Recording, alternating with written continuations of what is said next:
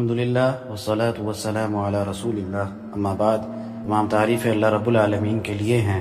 درود و سلام نبی مہربان حضرت محمد صلی اللہ علیہ وسلم کی ذات اقدس پر۔ کیا حیوانات اور جانوروں کے بھی کوئی حقوق ہوتے ہیں؟ تو اس بارے میں اسلام ہمیں کیا درس دیتا ہے؟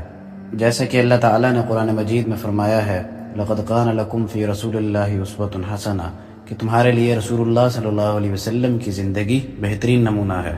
تو اگر کوئی مسلمان زندگی کے اندر کامیاب ہونا چاہتا ہے تو اس کو زندگی کے ہر معاملے کے دائرے کے اندر اللہ اور اس کے رسول کی بات کو مانتے ہوئے، اس پر عمل کرتے ہوئے اپنی زندگی کو گزارنا ہوگا، تب ہی وہ ایک کامیاب مسلمان ہے۔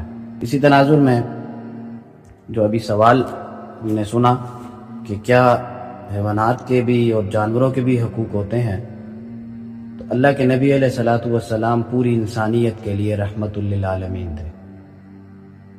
انسانوں کے لیے بھی تھے، حیوانات کے لیے بھی تھے۔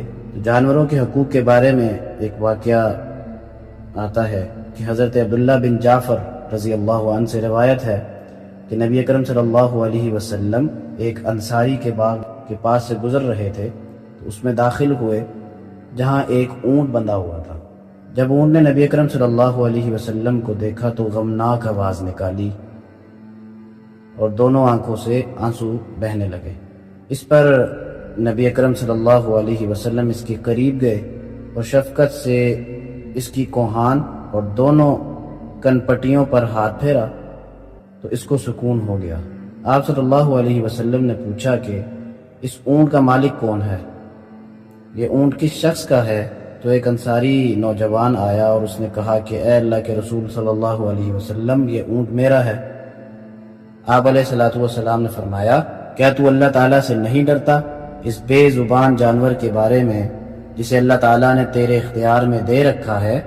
یہ اونٹ اپنے آنسوؤں اور اپنی آواز کے ذریعے مجھ سے شکایت کر رہا تھا کہ تو اس کو بھوکا رکھتا ہے اور مسلسل کام لیتا ہے۔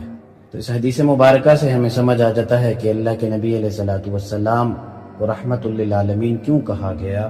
صرف انسانوں کے لیے ہی اللہ کے نبی علیہ الصلوۃ والسلام رحمت ہی نہیں تھے، بلکہ باقی مخلوقات کے لیے بھی تھے۔ اس حدیث مبارکہ کے اندر انسانوں کو ایک ایسا اخلاق اور ایسی بھلائی والی چیز بتائی گئی کہ جو بے زبان جانور ہیں ان کے ساتھ زیادتی مت کرو، ان سے اتنا کام لو جتنا وہ جانور سہ سکے۔ اسی طرح ایک اور روایت میں آتا ہے کہ آپ صلی اللہ علیہ وسلم کا گزر ایک اونٹ کے پاس سے ہوا جس کی پیٹھ اس کے پیٹ سے مل گئی تھی۔